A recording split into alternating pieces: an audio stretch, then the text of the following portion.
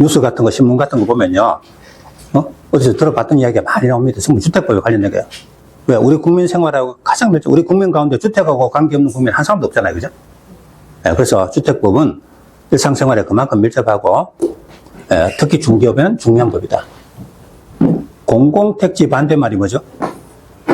민간택지. 자, 공공택지하고 민간택지. 어느 게 더 지가가 비쌉니까? 민간택지가 비싸죠? 비싼 이유가 뭐죠? 자, 공공택지가 민간택지보다 더 싼 이유가 뭘까요? 택지 조성하기 전에, 처음에 토지 매입할 때, 토지 매입해서 택지 조성하잖아요. 그죠? 그럼 처음에 토지 매입할 때 공공택지는 공공사업으로 한 거니까 협의매수도 안 되면 강제 수용할 수 있어요. 그러니까 싸게 매입할 수 있죠. 그럼 원래 토지를 싸게 매입했으니까 조성된 택지도 가격이 더 싸겠죠. 이게 공공택지다. 자, 그럼 공공택지, 만약에 건설업자가 공공택지를 싸게 사가지고 거기다 아파트 지었다. 그럼 나중에 팔 때는 민간택지에 지은 아파트하고 똑같은 가격으로 팔면 이런 공공사업 해가지고 민간 개인, 개별 건설업자 배불려주는 제도 하면 안 되죠. 그죠? 그래서 공공택지에 지은 아파트는 주택을 더 싸게 받아라. 그래서 아무리 만 원 받아도 요거 이하로 받아라 하고 국가에서 정해요. 그걸 뭐라 그러죠? 분양가 상한제. 그죠? 분양가 상한제. 그래서 결국은 일반 국민들이 그 주택을 좀 싸게 공급받도록. 그게 바로 분양가 상한제입니다. 자, 그럼 공공택지 사업이 종류가 많아요. 이거 외에도 한 서너 개 더 있어요. 근데 옛날에 28회 때 시험 한번 나온 적이 있다. 다음 중 공공택지에 해당하는 사업이 아닌 것은 이런 식으로. 국민주택 건설 사업, 산업단지 개발 사업, 공공주택지구 사업, 택지개발 사업, 공공임대주택 사업, 도시개발 사업 중 수용방식 사업. 이거 시험에 나온 적이 있다고 해서 외울 수는 없죠. 그죠? 네, 그래서 첫자만 따가지고 국산공, 택공도 이렇게만 연습해 둡시다. 그래서 우리 시험 공부할 때는요, 공공택지 그러거든 국산공, 택공도 이렇게만 자꾸 지나가도 돼요. 국산공, 택공. 그래서 시험지에 5개 지문 가운데 첫자를 전부 동그라미 쳐나가다가 국산공, 택공도 아닌 거 하나 딱 골라내면 되겠죠. 그죠? 네, 조금 편법으로 그렇게 봐도 됩니다. 자, 여기까지 교재 볼까요? 77쪽 5번의 준주택. 자, 주택 외 건축물로서 주거시설로 이용 가능한 시설. 이걸 뭐라고요? 준주택. 자, 종류는 1번의 기숙사의 기, 첫자를 전부 동그라미. 다중생활시설의 다. 다중생활시설이 고시원인데, 이종 건생은 밑에 갈로에서 500 이하. 숙박시설은 갈로에서 500 초과. 이건 건축법에, 그죠? 그렇게 되어 있어요. 근데 건축법 보면 시험에는 그까지는 안 나오지만은, 적어도 부동산의 전문가, 중개업자라면, 그죠? 예, 그런 정도는 알고 있어야 되겠다고 합니다. 자, 그럼 노인복지주택의 노 동그라미. 오피스텔의 오 동그라미. 그럼 1, 2, 3, 4 다 묶어서 외우면 어떻게 외운다? 저 위에 제목 준주택 옆에다가 노기오다 적으세요. 제목 옆에다가 노기오다. 그 중에서 다의 동그라미. 자, 다 밑에다가 그 2번에 다중생활시설 있죠? 2번 맨 끝에 갈로해서 다중주택 X. 다가구주택 X. 다세대주택 X. 똑같이 다로 시작하지만 요거 3개는 준주택이 아니죠. 그 3개 전부 뭐다? 옆으로 한 살 빼고 주택. 그 3개 모두 주택이죠. 준주택이 아니죠. 예, 그거 주의하시고. 그 다음에 2번에 자, 그러면 4번에 오피스텔 있죠. 오피스텔 옆에 한 살 빼고 준주택이다. 맞다, 틀린다? 맞죠? 오, 그게 시험에 나왔죠. 그죠? 34회 때 오피스텔은 준주택이다. 맞다. 시험에 나온 적이 있다. 이겁니다. 자, 그래 두고, 그 밑에 6번에 가면 임대주택, 토지 임대부 분양주택, 장소명주택 뭐 이런 거 나와요. 그럼 토지 임대부 분양주택은 나중에 저 어디에 가면 별도 단어로 다시 나오고 정비법에 또 나와요. 장소명주택 이런 거는, 예, 뭐 그런 거는 결혼 시간에 보시고 여기서는 볼 필요 없어요. 그죠?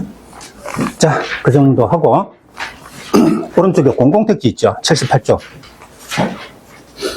다음, 공공사업에 의하여 개발 조성되는 공동주택 건설 용지. 이걸 뭐라고요? 공공택지. 그럼 공공택지는 뭐가 실시된다? 옆에다가 분양가 상한제 실시. 분양가 상한제를 실시하게 돼요, 이거는.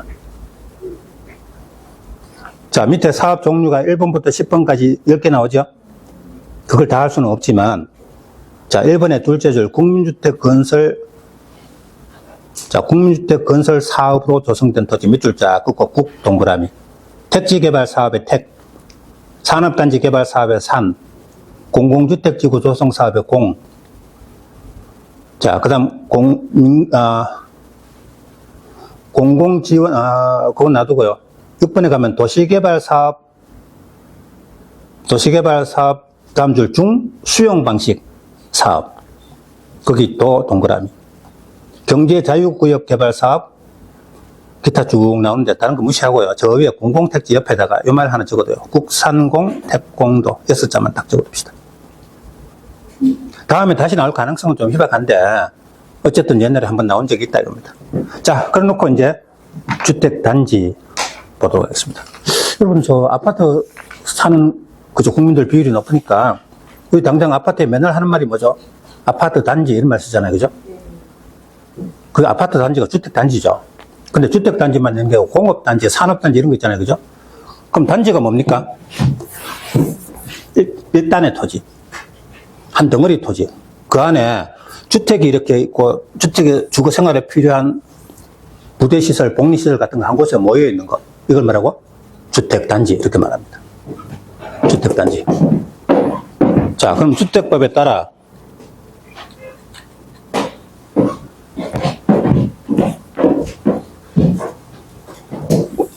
우리 건축법의 건축물지는 건축허가 받고 짓는데 주택법에 지을 때는 사업계획 제출해서 승인받아 지어요. 그럼 사업계획 승인받아 주택 건설하거나 대지 조성하는 데 사용되는 일단의 토지. 이걸 말하고 주택단지 이렇게 말합니다. 근데 주택단지인데 이 주택단지가 만약에 뭐 600세대다. 그럼 이 단지를 하나로 보냐, 두 개로 보냐. 다음에 시설로 분리되면 두 개는 별개 단지로 본다. 그럼 별개 단지로 보면 단지가 두 개입니까? 하나입니까? 두 개죠. 다음 중에 하나의 시설로 분리되면 이쪽과 이쪽은 별개 단지로 본다. 두 개 단지가 돼요. 그러면 이것에 미달되는 걸로 분리되면 하나의 단지로 본다겠죠, 그죠? 별개 단지로 본다 반대말은 하나의 단지로 본답니다. 자, 문제 낼 때 일부러 수험생들 흔들어 보려고 별개 단지로 본다 대신에 하나의 단지로 본다면 뜻이 반대라는 겁니다. 그걸 하나 생각해 두시고. 이게 시험에 나온다, 안 나온다? 엄청 많이 나오죠, 그죠? 그러니까 이건 확실하게 해둬야 돼요. 야, 근데 이걸 어떻게 다 외우냐?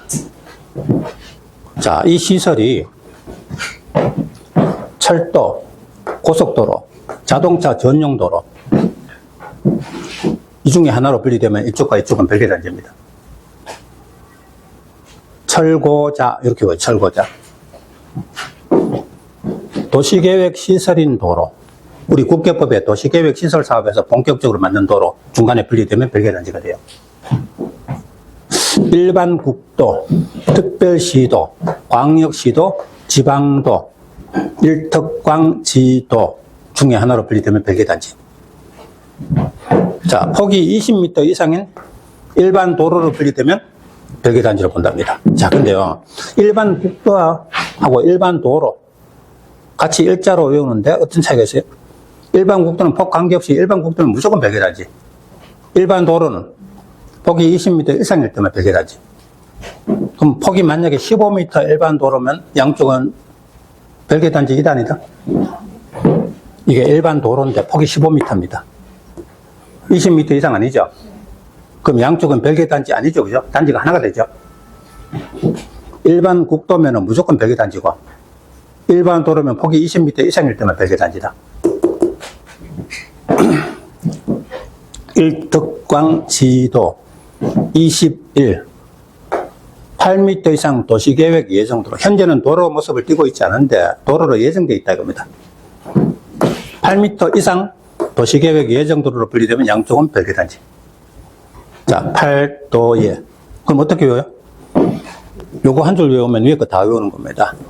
철고자, 도도, 일특광지도, 20일, 8도에. 시험에는 엄청 많이 나오죠. 요거 한 줄 외우면 이거 다 외우는 겁니다. 자, 뭐라고요? 철고자, 도도, 일특광지도, 20일, 8도에. 이렇게 외우면 돼요. 자, 그럼 그 문제를 한번 보죠.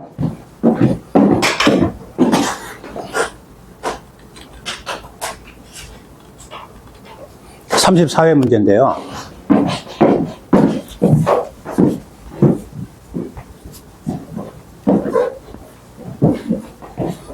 자, 요거 두 줄 보세요. 이거를 문제 열심히 푼다고 전부 다 읽고 있으면 안 됩니다. 그럼 이런 거 시험에 나오면 요거를 외워놓은 걸 10초 만에 딱 적어놓고 보고 그려놓으면 돼요. 다음 주 별개 단지로 보는 경우 아닌 것은 하면 5개 중에 요거 딱 적어놓고 보고 하면 돼요. 자, 그러면 어떤 게 있어요? 여기 8도예가 있죠. 8도, 예. 폭 8m 이상 도시계획 예정도로 분리됐다 이거죠. 그럼 양쪽은 별개 단지로 본다죠. 별개 단지로 본다. 맞다. 34회 문제. 됐습니까? 네, 2년 전의 문제입니다. 자, 그러니까 요거 한 줄만 외워두면 나오기만 나와봐라. 그죠? 무조건 맞춰줄게. 그러자는 거죠. 예. 자, 그러면 주택단지인데 이 하나의 주택단지를 처음에 건설할 때 공구, 자, 공구가 저 뒤에 나오는 건데 여기 같이 묶어버립시다. 예를 들어서요, 대우건설에서 아파트를 짓는데 아파트가 700세대. 근데 보니까 전체를 한 번에 똑같은 공사를 한 번에 합니까? 아니다. 여기 일부 먼저 토지 굴착 들어가고, 그 다음 공사 끝나면 이쪽 팀은 이쪽으로 옮겨가고, 그 다음에 다른 건설팀이 또 들어오고. 그쵸? 그래서 공구를, 사업을 효율적으로 하기 위해서 1공구, 2공구 이런 식으로 나눠가지고 사업을, 사업 승인도 여기 먼저 받고 여기 다음에 받고, 사용검사도 여기 먼저 하고 여기 하고 이런 식으로 차례차례. 자, 그래서 공구가 뭐다? 착공신고나 사용검사를 별도로 수용할 수 있는 거예요. 사업을 효율적으로 하기 위해서. 이걸 공구라 그래요. 자, 그럼 공구의 조건은 일단 공구별 세대수가 300세대 이상이라 됩니다. 그럼 700세대면 공구 분할하면 각각 한쪽이 300세대 이상 될 수 있죠. 공구 분할 가능해요. 500세대면요. 두 개로 나누면 각각 공구별로 300세대 이상 안 되죠. 이건 공구 분할 못 해요. 그래서 적어도 600세대 이상은 돼야 공구 분할하면 각각 300세대 이상 될 수 있다. 그래서 일단 공구별로 몇 세대? 300세대 이상일 것. 그러니까 전체 세대 수가 몇 세대 이상이라 해야 된다? 600세대 이상이어야 공구 분할할 수 있다. 이렇게 되겠죠? 자, 이거는 시험에 28회 때 나왔던 거고, 이거는 여기 109, 209면 중간에 경계가 폭이 적어도 얼마 이상? 6m 이상. 그래서 여기 뭐 도로든지 아니면 뭐 놀이터든지 뭐 하여튼 일정한 걸로 해가지고 양쪽의 경계를 6m 이상을 둬야 된다 이 말입니다. 이건 시험에 나온 적은 없는데 어쨌든 폭이 6m 이상이다. 자, 그 정도. 78조 8번의 주택단지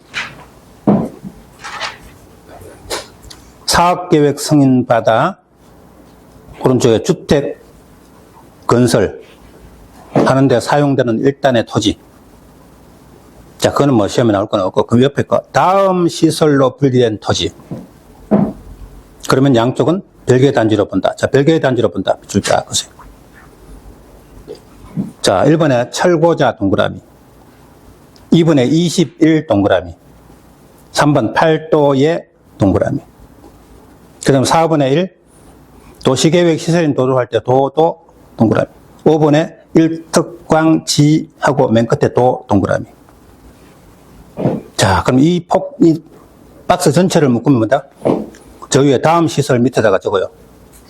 박스 위에 다음의 시설 밑에다가, 뭐라고요? 철고자, 도도, 1특광지도, 21, 8도에. 자, 요거 적어주세요. 철고자, 도도, 일특광지도 20일 8도에. 이거 시험 칠 때까지 수백 번 반복해서 외우면 돼요. 자, 거기서 일반 국도의 1 동그라미하고, 저 밑에 보세요. 저 밑에. 일반 국도의 1, 그리고 저 위에 2번에 일반 도로의 1, 그거 두 개를 줄 아래 위로 줄을 연결하세요. 그거 주의하면 돼요. 일반 국도는 무조건 별개단지고, 일반 도로는 폭이 20m 이상일 때만 별개단지고. 됐습니까? 예, 그거 주의하시면 돼요. 자, 그래놓고 넘겨보세요. 80쪽에 13번 가봐요. 공구 있죠, 공구. 80쪽에 13번. 둘째 줄. 자, 첫째 줄에 하나의 주택단지에서 다음 줄에 착공신고 사용검사를 별도로 수행할 수 있는 구역. 공구를 나눠서. 자, 그럼 공구 조건은 맨 끝에 2번에 봐요. 공구별 세대수 몇 세대 이상? 300세대 이상. 그럼 그 밑에 적어봐요. 전체 세대수 몇 세대? 600세대 이상. 그래야 공구분할 할 수 있다. 자, 그러면서 1번에 폭 몇 미터 이상? 6m 이상. 아, 폭이 6m 이상. 자, 그 정도. 자, 그래 놓고 이번에는 다시 79쪽 가봅니다. 부대시설, 복리시설, 저 밑에 기간시설, 간선시설. 주택법에는 7문제 가운데 여기 용어 부분에서 한 2문제 정도 나와요. 그럼 이쪽 부분은 나오면 반드시 맞춰줘야 된다. 7문제 가운데 한 2문제 정도는 손 못 대는 문제를 내요. 반드시. 그죠? 그리고 그게 어렵게 낸다면 3문제까지도 어렵게 낼 수 있다. 자, 그러면 이런 거 나오면 무조건 맞춰줘야. 예. 자, 그러면 먼저, 그럼 주택법 공부할 때는요, 자, 책상 앉아 공부하기 머리 아플 때는, 이 공법책 들고, 아파트 단지에서 슬렁슬렁 돌아다니면서, 그죠? 주택법 공부하면 돼요. 아, 이게 부대시설, 이게 복리시설, 그죠? 간선시설. 자, 그겁니다. 자, 그럼 부대, 복리가 어떤 차이죠? 부대시설은 아파트 지으면 당연히 따라오는 시설이고, 복리는 주민복지를 위해서, 주민복리를 위해서 추가로 설치하는 시설, 이렇게 생각합니다. 그러면 이게 시험에 구분하는 게 많이 나오죠. 그렇다고 이걸 일일이 외울 수는 없어요. 자, 그럼 상식적으로 생각해서 맞는 거는 걱정 없고, 상식적으로 생각해서 좀 틀리기 쉬운 거, 그거 몇 개만 정리하면 됩니다. 주차장은 부대 복리? 요즘 건물 지으면 주차장은 당연히 따라오죠. 부대. 근데 문제는 자전거 보관소는 부대 복리? 요게 20회 때 나왔어요. 부대 복리? 왜? 자전거 구할 때 그거 수리차 똑같잖아요. 그죠? 자전거나 자동차나 어차피 차잖아요. 그죠? 그래서 부대 이렇게 생각해 두라는 겁니다. 요거 주의돼요. 자전거 보관소가 부대라는 거. 주차장하고 똑같다.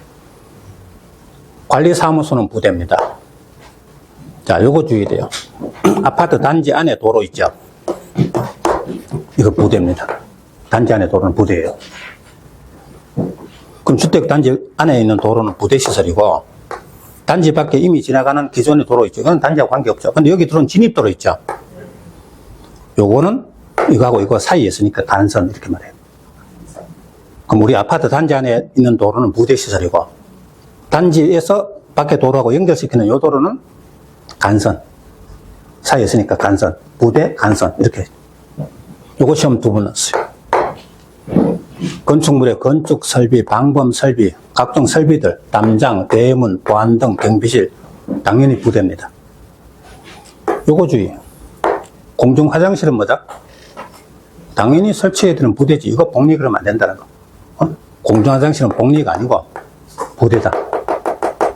요거 주의하시고.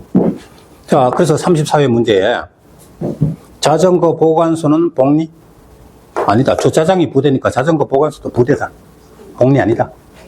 요거 시험에 나왔던 겁니다. 자, 복리는요, 놀이터, 유치원, 당연히 복리겠죠, 그죠? 또 뭐 경로당, 이런 거 당연히 복리겠죠. 근데 상업에 관련된 근생, 아파트 단지와 상가에 여러 가지 있잖아요, 그죠? 근린생활에 해당하는 거, 소소한 가게들. 그러니까, 근생하고 판매시설, 상점, 상업에 관련된 이런 것들 전부 뭐다? 복리. 주민운동이든 주민공동이든 전부 뭐다? 복리. 이렇게 정리하면 되죠. 주민운동, 주민공동 복리. 상업에 관련된 건생, 판매, 상점 전부 복리.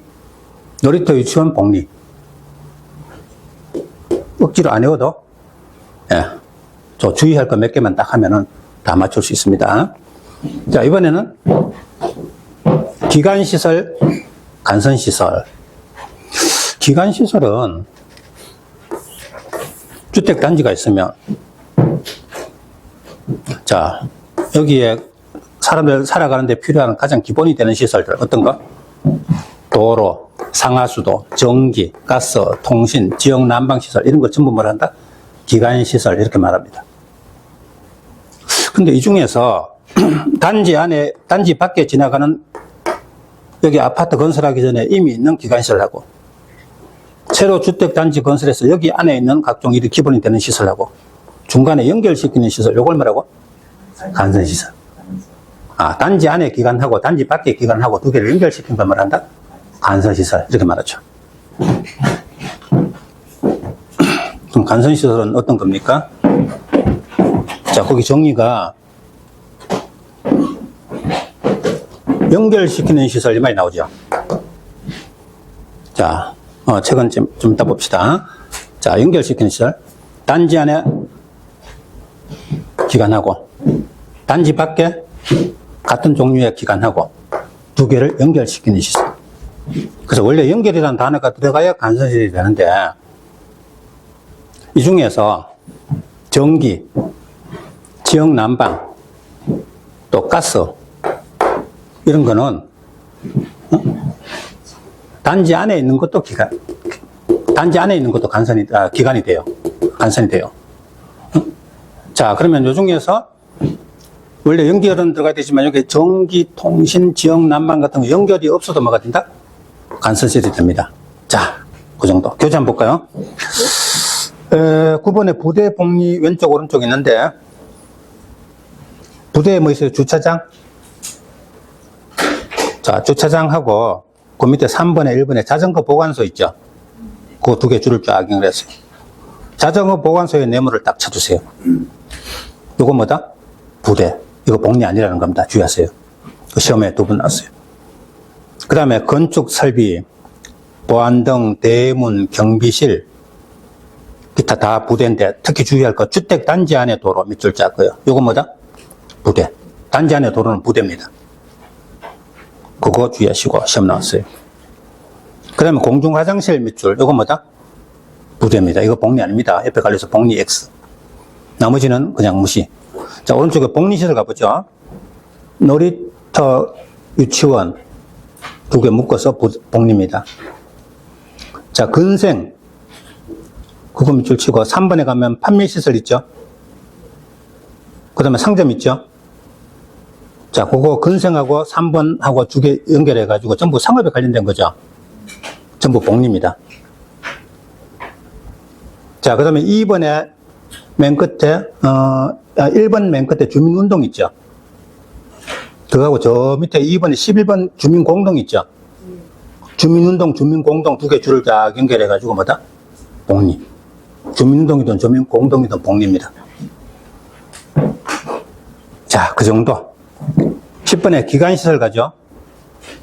도로, 상하수도, 전기, 가스, 통신, 지역 난방 이런 걸 말한다? 기간시설.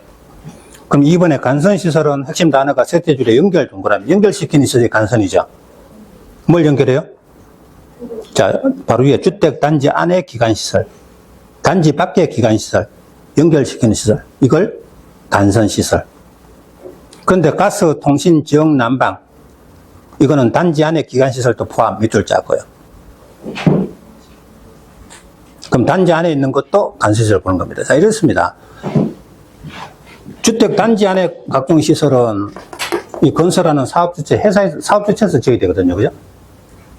근데 전기, 가스 같은 건 어때요? 전기, 가스, 지역 난방 같은 거는 그럼 그 한전에서 단지 안에 밖에까지만 건설하고, 그럼 단지 안에 전기는 사업주체가, 건설회사가 전기를 해야 됩니까?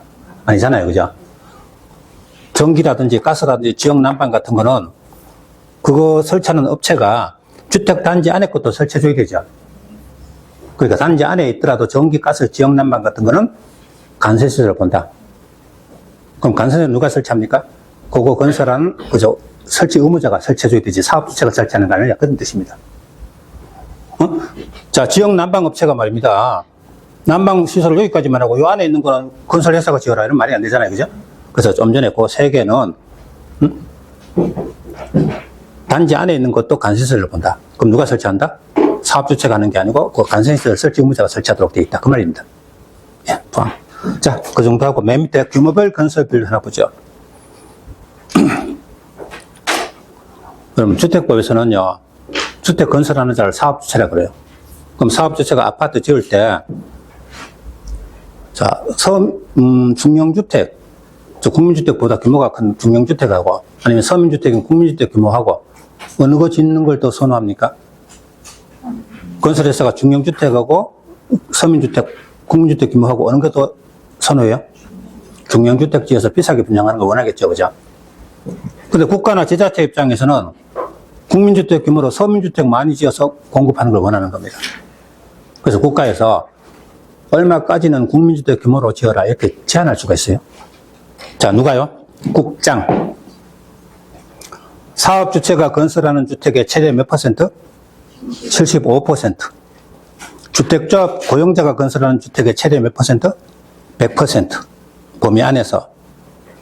그럼 최대가 이 비율이라는 겁니다. 일정 비율 이상을 국민주택 규모로 건설하게 할 수 있다. 밑줄 짜고요. 그럼 국민주택 규모는 얼마 이하죠? 85제곱미터 이하. 그러니까 주택조합 고용자는 최대 100%까지 상한선을 정할 수도 있고 일반 사업주체는 최대가 얼마? 75%까지. 그럼 그걸 다 짓도록 하는 게 아니고 그 비율 범위 안에서 국장이 정하는 비율까지 짓도록 할 수 있다 이 말이죠. 그죠? 예. 자, 그 정도 하고 80쪽에 리모델링 하나가 남으면 되고 하나만 더 보죠. 리모델링.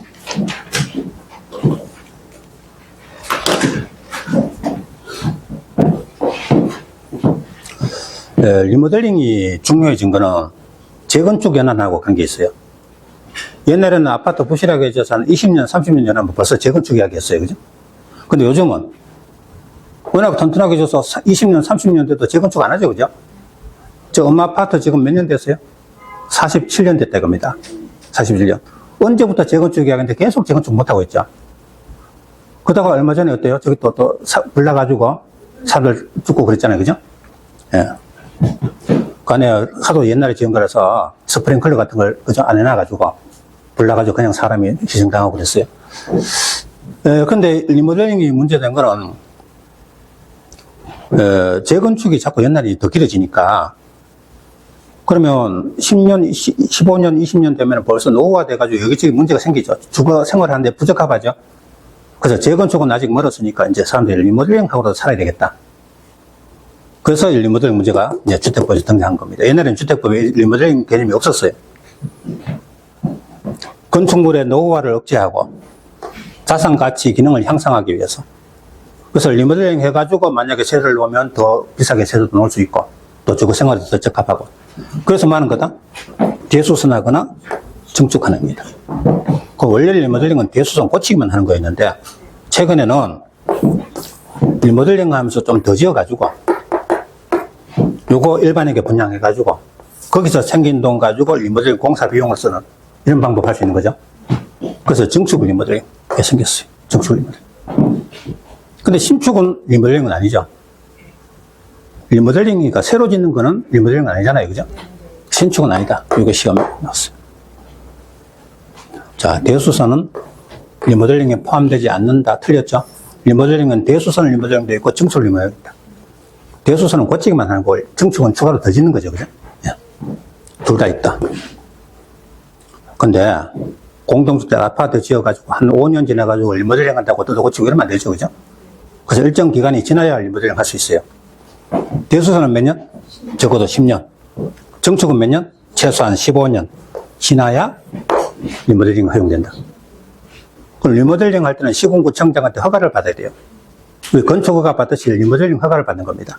그럼 리모델링 허가 받으려면 이 기간이 지나야 허가 받을 수 있다 이거죠. 대수선 10년, 증축 15년. 자, 그리고 리모델링 할 때는 만약에 증축을 리모델링 한다면 기존 전용 면적이 얼마이네? 각 층 바닥 면적 있죠? 요 면적의 30% 이내만 증축이 가능합니다. 그럼 기존에 만약에 1000제곱미터가 있었다면 어때요? 300제곱미터, 그죠? 이내. 그 다음에 기존 세대 수의 몇 퍼센트이네? 15%이네. 자, 그럼 기존에 100세대였다면 추가로 몇 세대까지? 15세대까지. 기존 세대수가 100세대였다면 그것의 15%니까 15세대까지 증축 가능한 거죠. 예. 이거는 시험에 나왔는데 이거는 시험에 안 나왔어요. 그 세대수의 15% 면적의 30% 이내 증축 리모델링 가능하다. 그리고 증축 리모델링 하는데 층수를 위로 올린다. 자, 건폐율, 용적률 중에 어느 걸 더 늘릴 수 있어요? 건폐율은 불가능해요. 그죠? 옛날이나 지금이나 건폐율은 주택 단지 안에서 아파트 건폐율은 밑에 평면 면적은 똑같죠. 그죠? 근데 올린다면 옛날에는 용적률이 낮아가지고 층수가 저층이었는데 지금은 용적률 올려가 층수가 더 올라가도록 이렇게 이용하는 거죠. 그래서 저 여의도에 가면은 옛날에 20층 아파트 쭉 있었는데 용적률 올려가지고 앞으로 700% 밀죠. 그래서 앞으로는 70층 넘는 아파트 짓겠다. 서울시에서 막 발표하고 그러잖아요. 용적률 올린다 이겁니다. 자, 근데 그거는 철거하고 재건축할 때 그렇게 올리는 거고요. 만약에 기존 주택을 리모델링 한다면 기존에 있는 데서 층수를 더 올리는 거죠. 근데 예를 들어서 20층 아파트인데 위에다 20층 더 올리면 이거 되겠어요? 안 되죠. 옛날에 이 아파트 지을 때 20층을 감안해가지고 구조를 해놨잖아요. 그죠? 거기다 20층 더 올리면 이 건물이 무너지죠. 못 견디죠. 그래서 추가로 증축한 건 최대 몇 개 층까지? 3개층 이하에서. 증축을 리모델링 할 때는 추가로 3개층 이하에서 리모델링 가능하다. 증축 가능하다. 그럼 기존 층수가 15층 이상일 때는 몇 개층? 3개층까지. 14층 이하일 때는 몇 개층까지? 2개층까지. 증축 가능하다. 이게 시험에 3번 나왔어요. 자, 기존 층수가 19층이다. 몇 개층까지? 3개층. 갑자기 19층 나오니까, 그게 뭔데, 이러죠? 15층 이상이잖아요. 3개층. 기존 층수가 12층이다. 몇 개층까지? 2개층. 왜? 14층 이하는. 그러니까 2개층이죠. 그죠? 이런 식으로 변형해서 문제를 냅니다. 어쨌든 최대 몇 개층이야? 3개층이야. 15층 이상이면 3개층까지, 14층이면 2개층까지 응용해서 이런 식으로 문제를 낼 수 있다는 거. 자, 끝까지 해서 주택법의 용어를 다 보셨어요. 그죠? 그러면 교재에 잠깐만 볼까요?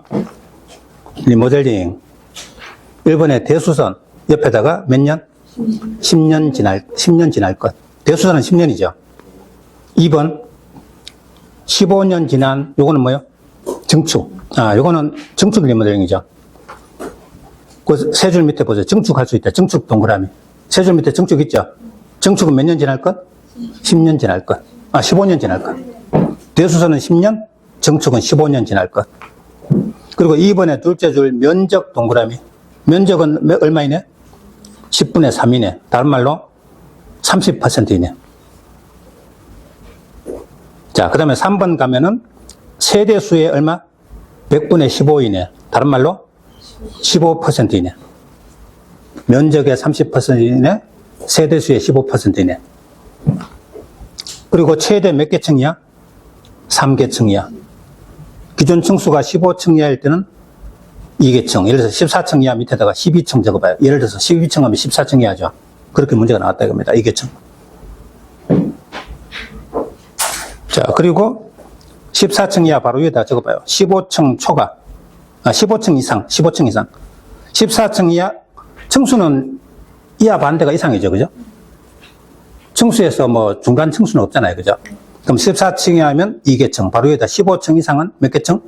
3개층. 그렇게 해석이 되는 겁니다. 그래서 조문에는 15층 이상이란 말이 없지만 반대해서 가면 원래 최대가 3개층이었는데 14층이니까 2개층이니까 15층 이상이면 3개층까지 그렇게 되는 거죠.